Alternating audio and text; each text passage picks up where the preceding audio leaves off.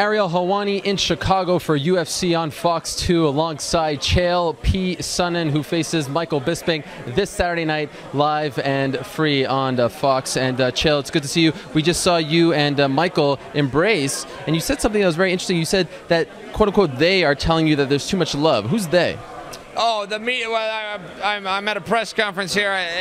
Almost every media member I talk to keeps bringing up terms like hype and smack and trash talk, and I hate those terms. I resist them greatly. I don't like it when people say it. I feel like that's you know, some kind of an act or something, and I don't like that. If I didn't mean it, I wouldn't say it. I got every intention to win this fight Saturday, and I will do any means necessary to get that done. But as far as talking about it or insulting a guy that you don't have a problem with, that's just not something I'm interested in. It almost feels like people are expecting this out of you now, like they're putting all this pressure on you. Does that bother you? Have you created this monster that you can't control? No, I can control it. I do what I want. I don't give in to peer pressure. I never had a drop of alcohol in my life, and I went to the University of Oregon. So I do what I want to do, and I don't do what other people want me to do. But, you know, look, as far as building something, I think there's something there. You know, Michael and I got a little bit of a history. We're in the same weight class. And the bottom line is, you know, he thinks he can beat me. I think I can beat him. He wants to fight me. I want to fight him. Well, we can do that. We got a forum for that. The People's Forum, the Octagon.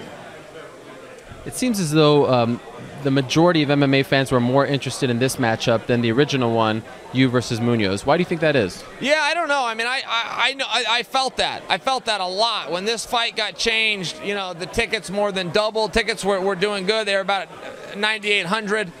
Boom, this fight got announced, and that week they popped up to almost 18,000.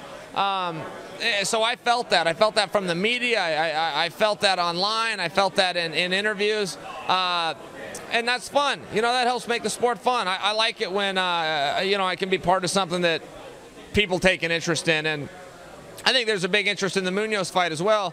But you're right. I felt it. People want to see me and Michael fight. Somewhat surprisingly, you've been very cordial towards Mike. You haven't really, quote-unquote, trash talk or said anything that has really riled him up. However, on Inside MMA on HDNet on Monday, he had some pretty disparaging things to say about you and your anatomy and your history. Did that bother you? Do you feel as though that was kind of a low blow? Well, you know, HDNet fights, is that what you said? I mean, that's such an awful show.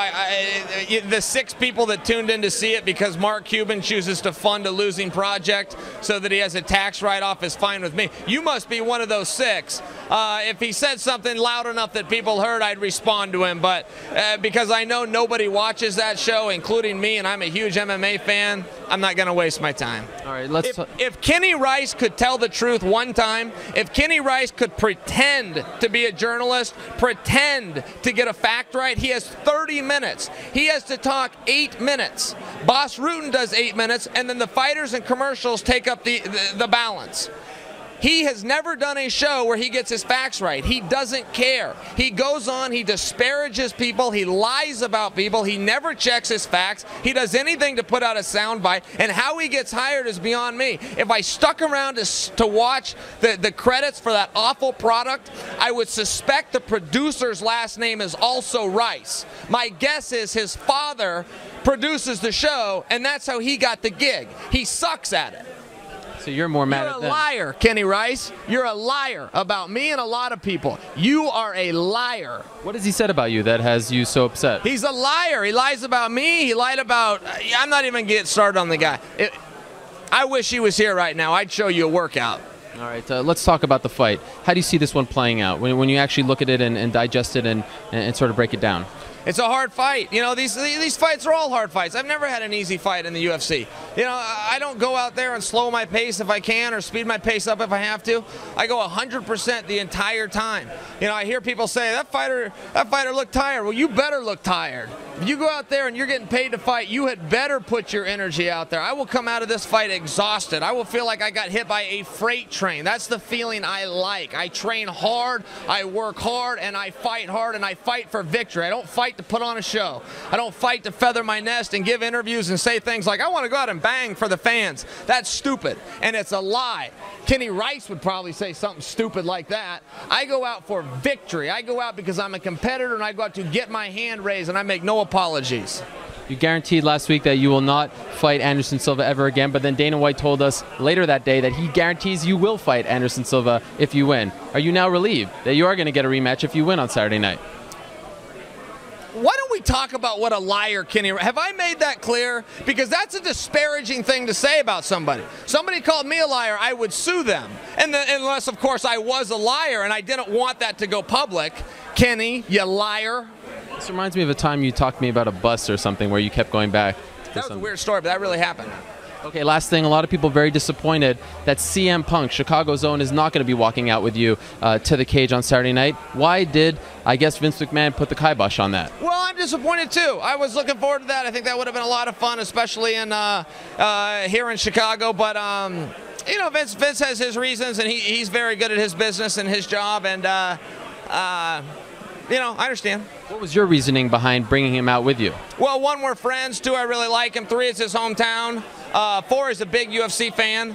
And 5, you know, there's major crossover. A number of years ago, I think we all thought we were going to have to compete with each other. That boxing, MMA, and wrestling were going to have their own fans. And what we've learned with time is it's not true.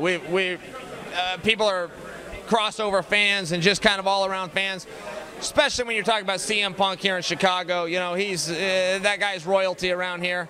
And I think it would have been fun for both of us. But, you know, that's the end of it. The walk's only 2 or 3 minutes. If we could have done it, great. If we can't, you know, we're going to go have dinner afterwards and catch up. You upset a lot of people when you announced this or when it was reported. When I announced what? That Kenny Rice is a liar and has 5 people that watch his show, 6 including you. Right. Will you come out to CM's song? That got a lot of people excited, the prospect of that. No, I will not. I will not. But you know, I got that idea from a very brilliant man, a good friend of mine. I won't name his name, but somebody that I do hold as a co-genius to myself. And I think I probably would have done that, but the kibosh got put on CM Punk, which is probably a story that Kenny Rice knows nothing about because he doesn't follow MMA. How are the arms? Arms of steel, brother. Biggest arms. I'm the man with the biggest arms. I'm the man with the greatest charm, and I'm the man that came to Chicago to do Bisping a lot of harm. Always a pleasure, Chael. Thank you, and good luck on Saturday. Take care, brother.